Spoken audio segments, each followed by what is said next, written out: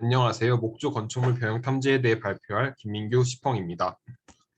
발표 순서는 먼저 본 주제를 선정하게 된 배경 및 목적을 소개한 후 목조 건축물 변형을 어떻게 할 것인지 어떻게 검출할 것인지 소개하고 그 뒤로는 변형을 검출하는 데 사용된 이미지 전처리 기술을 소개하면서 발표를 마무리하겠습니다.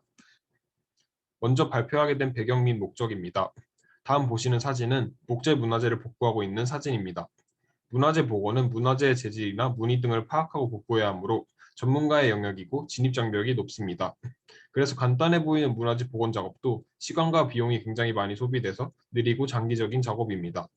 그러나 코로나19 팬데믹으로 우리 사회의 많은 분야에서 컴퓨팅 기술이 적용되고 있는 현재 문화재 복원에도 컴퓨팅 기술을 적용하여 과거의 문화재에 컴퓨팅 기술을 결합함으로써 더 효율적인 복원 작업을 이뤄내고자 하였습니다. 다음은 변형을 어떻게 검출할지입니다. 왼쪽에 보이시는 사진은 원본 이미지와 배부름이 나타난 사진인데요. 그 두 이미지의 가장 큰 차이점은 원본 이미지의 목재 부분의 왼쪽 직선 부분은 정확한 직선인 반면에 배부름이 나타난 이미지의 목재 부분의 왼쪽 부분은 정확한 직선이 아닌 중간에 커브 부분이 들어가 있습니다.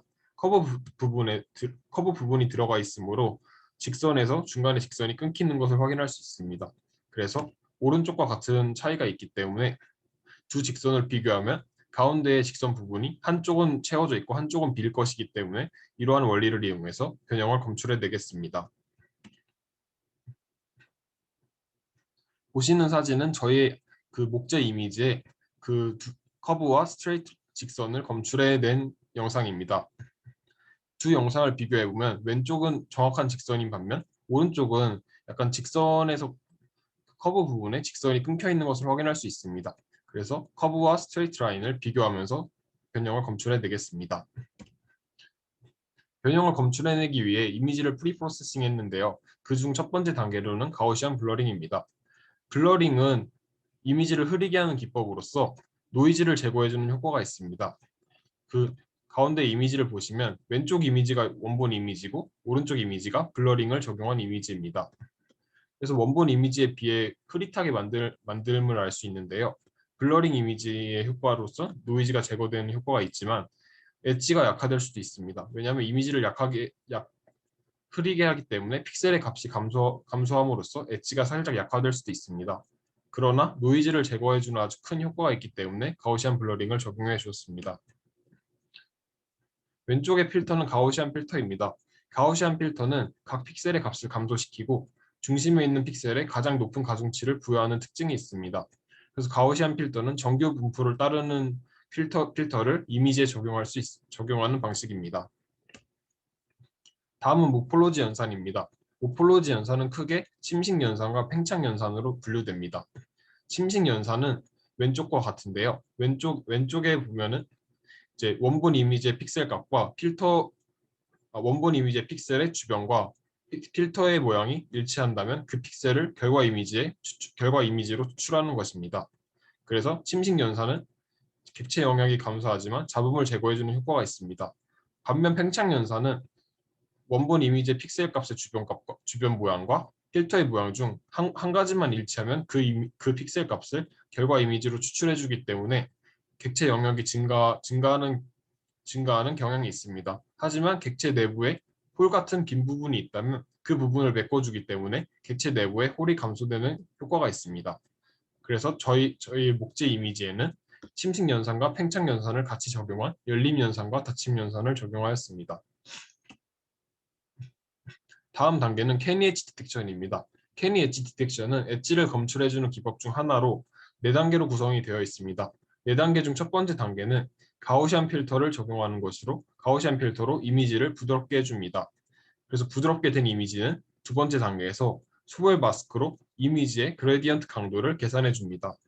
그래서 계산된 그레디언트 강도 값은 세 번째 단계에서 최대값이 아닌 값을 제거해 줍니다. 최대값이 아닌 값은 엣지에 가깝지 않다고 여기기 때문에 이제 non maximum suppression을 통해서 세 번째 단계에서 제거해 줍니다.